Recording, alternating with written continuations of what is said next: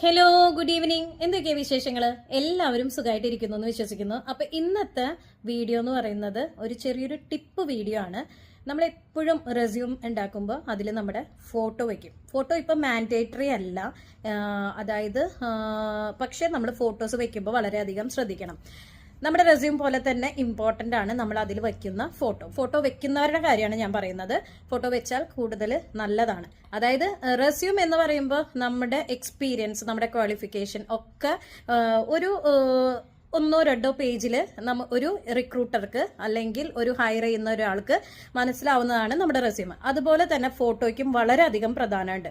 അപ്പോൾ എപ്പോഴും നമ്മൾ ഫോട്ടോ വെക്കുമ്പോൾ നല്ല സ്റ്റാൻഡേർഡ് ഫോർമൽ ലുക്കിലുള്ള ഫോട്ടോ വെക്കാൻ വേണ്ടിയിട്ട് എപ്പോഴും ശ്രമിക്കണം.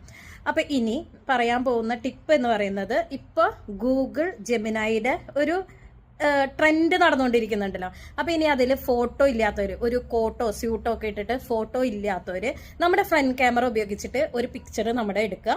അതിനുശേഷം നമുക്ക് അതിൽ ഗൂഗിൾ ജെമിനൈയിൽ നമ്മളൊക്കെ ആ ഫോട്ടോ അപ്ലോഡ് ചെയ്തതിന് ശേഷം ഒരു പ്രോംപ്റ്റ് കൊടുത്തു കഴിഞ്ഞ് കഴിഞ്ഞിട്ടുണ്ടെങ്കിൽ നമുക്ക് നമ്മുടെ കോട്ടും സ്യൂട്ടും ഒക്കെ ഇട്ടിട്ടുള്ള പല കളറിൽ നിങ്ങൾക്ക് ആപ്റ്റ് ആവുന്ന വിധത്തിലുള്ള ഫോട്ടോസ് ഓപ്ഷൻസ് ഗൂഗിൾ ജെമിനൈ തരുന്നതാണ് കേട്ടോ.